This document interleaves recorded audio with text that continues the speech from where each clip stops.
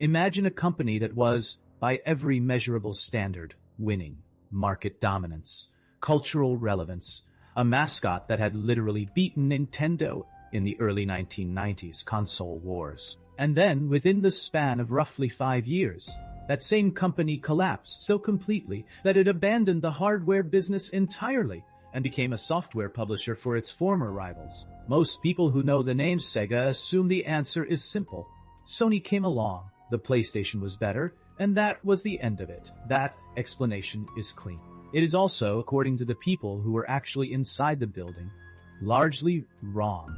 What actually destroyed Sega is a story about decisions made in boardrooms, about hardware that was designed, prototyped, nearly shipped, and then buried about 2 branches of the same company that functionally operated as adversaries, and about a console architecture that was deliberately sabotaged by panic. The market did not kill Sega.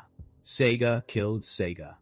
And the evidence for that claim has been sitting in archives, in forgotten forum posts, and in the memories of former employees for decades. This is that story. To understand what happened, you have to understand the structural problem at the heart of Sega's organization. Sega of America and Sega of Japan were not simply regional offices of the same company. They operated in practice as functionally independent entities with separate research and development budgets, separate executive hierarchies, and in many cases, directly conflicting visions of where the hardware roadmap should go. This is not a matter of interpretation. Tom Kalinske, who served as president and chief executive of Sega of America during the Genesis and early Saturn years, later stated in an interview with IGN in 2014 that Sega's collapse was, in his words, approximately 80% internal politics and 20% market competition. That is a striking inversion of how most people remember it. Blake J. Harris documented the operational details of this conflict extensively in his 2014 book Console Wars, published by HarperCollins. What emerges from that account is a portrait of an organization where the American division had genuine commercial intelligence about what Western consumers wanted, and the Japanese headquarters had final authority over every major hardware decision, and those two facts were in constant tension. Kalinske's team understood the North American market. They had engineered the Genesis surge. They knew what the competition was doing. And on the question of the Saturn's rushed launch, Kalinske was, by his own account, overruled at every critical turn.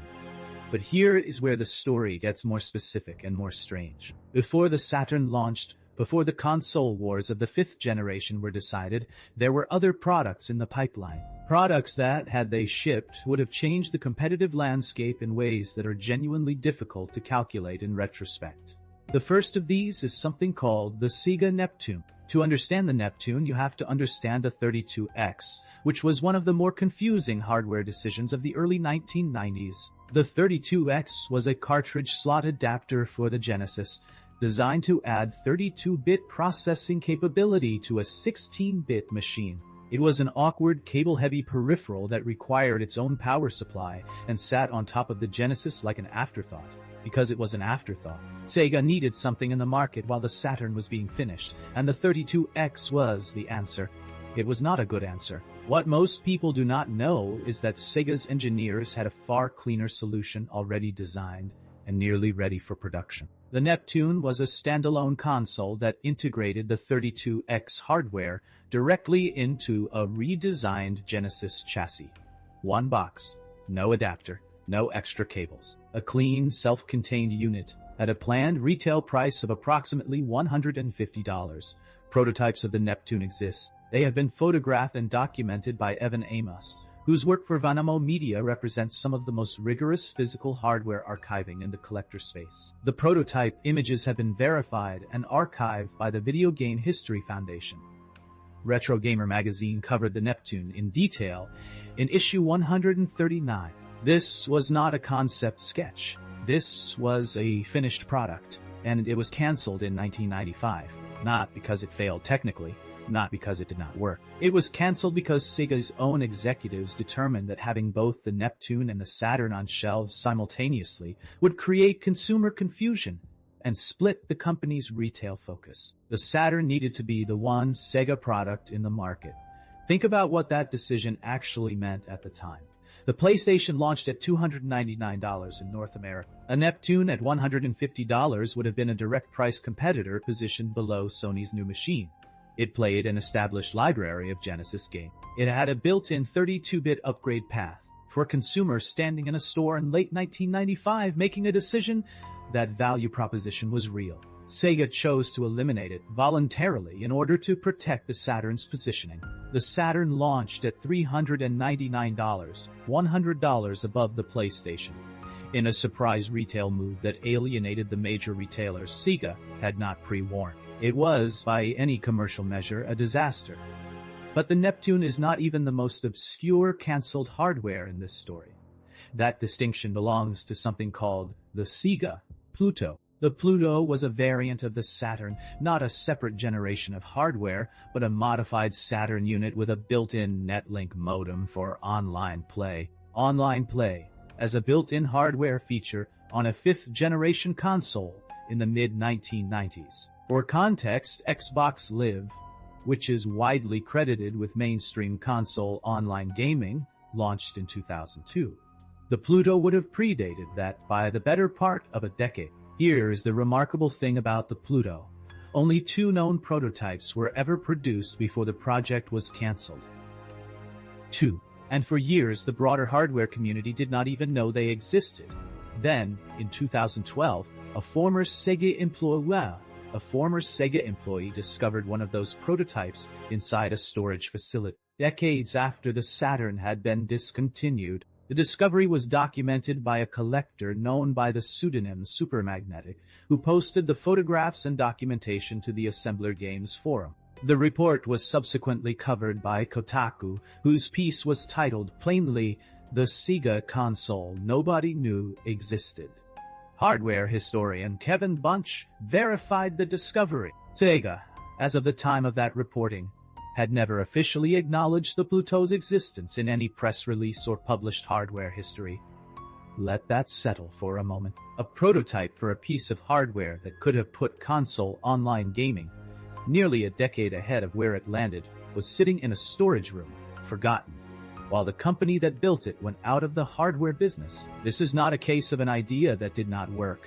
The hardware existed. The question of whether it would have worked commercially, whether the infrastructure for consumer online gaming in the mid-90s could have supported it at scale, is genuinely open. But it never got the chance to find out. It was cancelled like the Neptune, not because it failed, but because the decisions made at the top of Sega's organizational structure did not leave room for it. Now both of those cancelled products exist against the backdrop of the Saturn itself.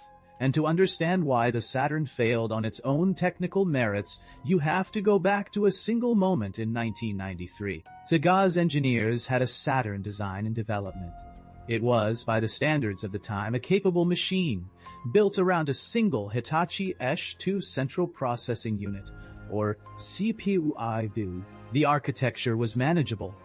Third-party developers could have worked with it. And then Sega saw something that changed everything. Nintendo, working with Silicon Graphics, produced early demonstration footage of the hardware that would eventually become the Nintendo 64 type. The polygon rendering capabilities shown in that footage were, by the standards of what Sega had in development, alarming. Sega's leadership, according to Stephen Kenta's 2021 book, The Ultimate History of Video Games, published by Crown, responded by ordering Hitachi to double the CPU count of the Saturn design mid-development. Not during the planning phase, mid-development. A second SHU processor was added to the architecture in what was, by any engineering standard, a panic response. On paper, doubling the CPU count doubled the raw processing potential.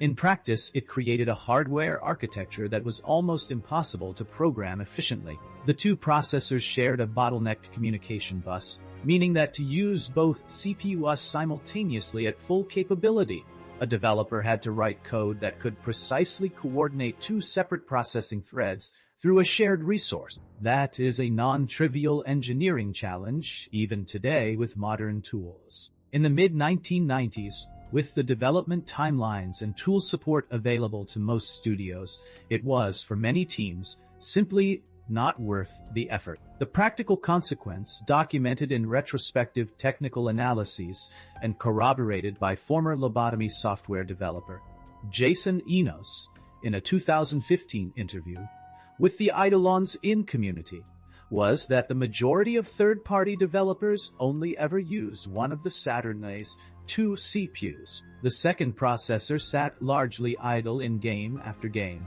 The machine that was supposed to be twice as powerful as its predecessor design delivered that power in a form that most of the people who needed to use it could not access. Meanwhile, the PlayStation's single-processor architecture, designed by Sony with developer accessibility as an explicit priority, was comparatively straightforward to work with. The technical gap between the two machines in finished games was, for most studios, the direct product of this architectural decision.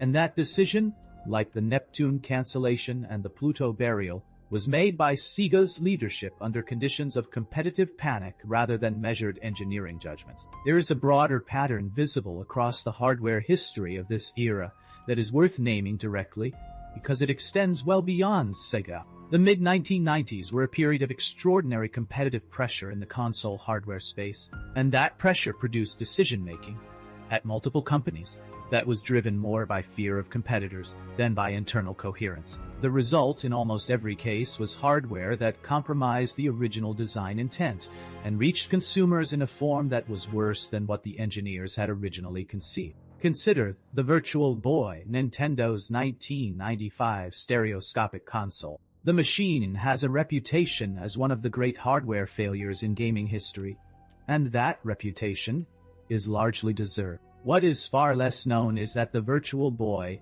as originally designed by Gunpei Yokoi, was not the tabletop device that reached consumers. Yokoi's original concept, documented in Stuart Millardo's 2017 research publication Flat Out, a guide to playing the Virtual Boy, and corroborated by Chris Kohler's reporting in Power Up, How Japanese Video Games Gave the World an Extra Life, called for a fully wearable head-mounted unit with a wireless control, a true head-mounted display. What shipped was a visor on a tabletop stand that you leaned into, which is not the same thing in any meaningful experiential sense. Nintendo's manufacturing division forced the redesign into the tabletop form factor for two reasons: to reduce component costs and to avoid liability concerns around motion sickness in a wearable device. Yokoi reportedly opposed the final form factor. He was overruled. The Virtual Boy launched in its compromised state and sold approximately 770,000 units globally before Nintendo discontinued it. For reference, the original Game Boy, Yokoi's most celebrated design, sold over 100 million units over its lifetime. The Virtual Boy represented less than 1% of that figure. The product that reached consumers was not the product its designer intended, and the product its designer intended was never given the chance to succeed or fail on its own terms. The 3DO interactive multiplayer presents a different variation of the same underlying dynamic. The 3DO is almost universally remembered as an overpriced failure, and the price point, launching at $699 in North America, which is roughly equivalent to $1,400 in current purchasing power terms according to United States Bureau of Labor Statistics inflation data, was genuinely prohibitive. But the 3DO's underlying business model was, in certain respects, ahead of its time in ways that are not often acknowledged. Trip Hawkins, the founder of Electronic Arts who created the 3DO platform, designed the hardware licensing structure so that any manufacturer could build the hardware. Panasonic, Sanyo, and Gold Star all produced separate 3DO units simultaneously, as documented in David Sheff's updated edition of Game Over. How Nintendo conquered the world? This open hardware licensing approach would not be attempted at meaningful scale again until NVIDIA's Shield ecosystem decades later.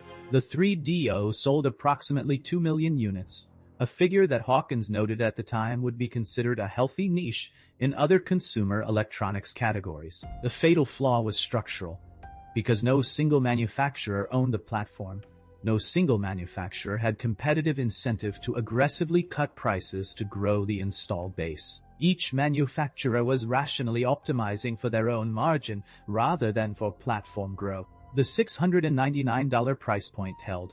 The addressable market never expanded, and the platform collapsed under the weight of a business model that was intellectually interesting, but practically unworkable, given the incentive structures it created. The story of the original Xbox carries a version of this same theme, though with a different outcome. Most people understand the Xbox as Microsoft's strategic entry into the living room hardware market.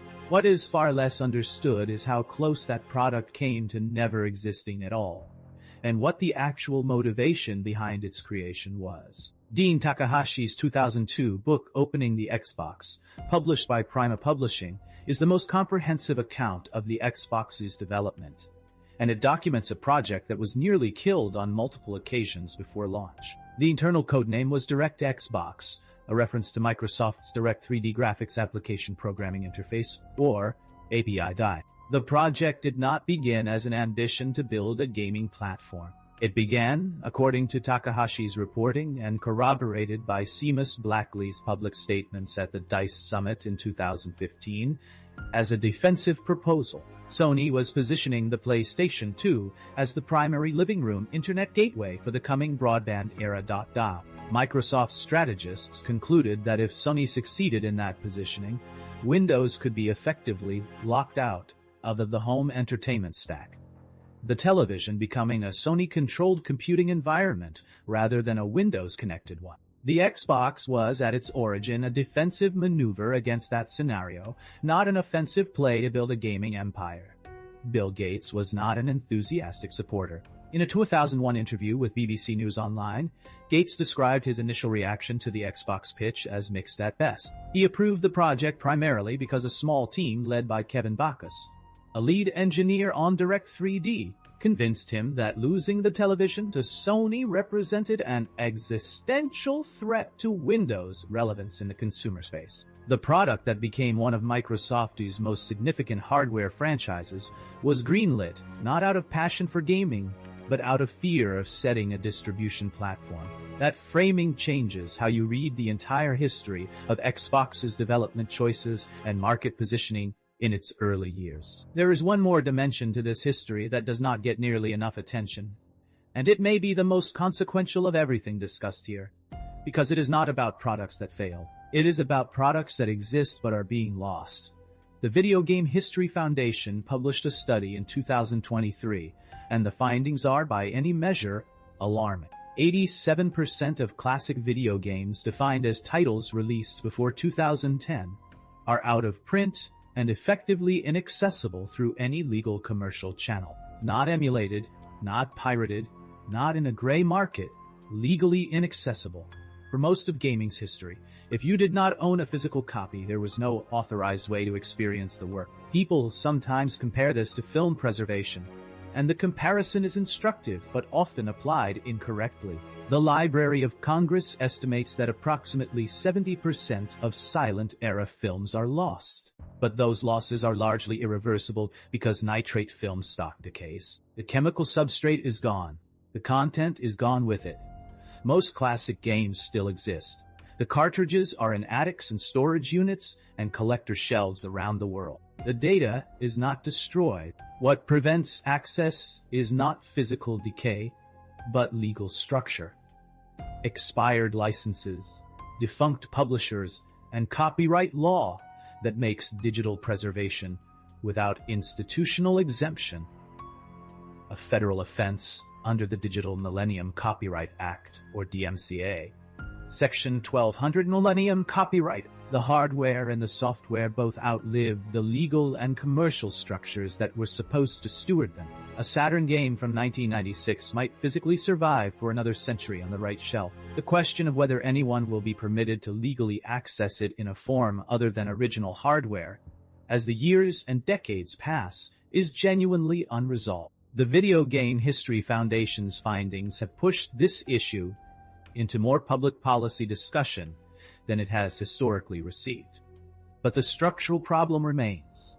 The preservation crisis in gaming is proportionally worse than the equivalent crisis in film, and the primary obstacle is not deterioration. It is law.I. What connects all of these stories, from the Neptune to the Pluto to the Saturn's dual CPU panic, to the Virtual Boy's compromised form factor to the Xbox's defensive origins, is something more specific than corporate incompetence or market failure. The consistent thread is the gap between what the engineers and designers conceived and what the institutional structures of the companies allowed to reach the market. The Neptune was a clean, competitively priced product that was canceled to protect a more expensive product that then failed. The Pluto was an innovation that was buried before it could be tested. The Saturn's architecture was altered mid-development by executives responding to competitive pressure rather than technical roadmaps. The Virtual Boy's creator was overruled by manufacturing constraints. The Xbox was approved not because Microsoft believed in it, but because Microsoft feared what happened if it did not exist. The history of gaming hardware is, in large part, a history of what almost was, shaped by decisions made under pressure, by people managing organizational dynamics as much as they were managing technology. The products that reached consumers were frequently not the products their creators intended. The products that never reached consumers sometimes represented genuine innovations that the industry would spend years rediscovering. And the record of all of it, the canceled hardware, the compromised designs, the internal political battles, is increasingly fragile. If these stories are worth knowing, and I think they are, then the work of the people preserving them, the historians, the archivists, the collectors who document prototypes before they disappear into private collections or landfills, matters in a way that extends beyond nostalgia. It is the difference between a record and a gap that day. If you find this kind of research worth your time, this channel exists to go exactly this deep on the stories that did not make it into the official histories. Subscribe if that is the kind of thing you want more of.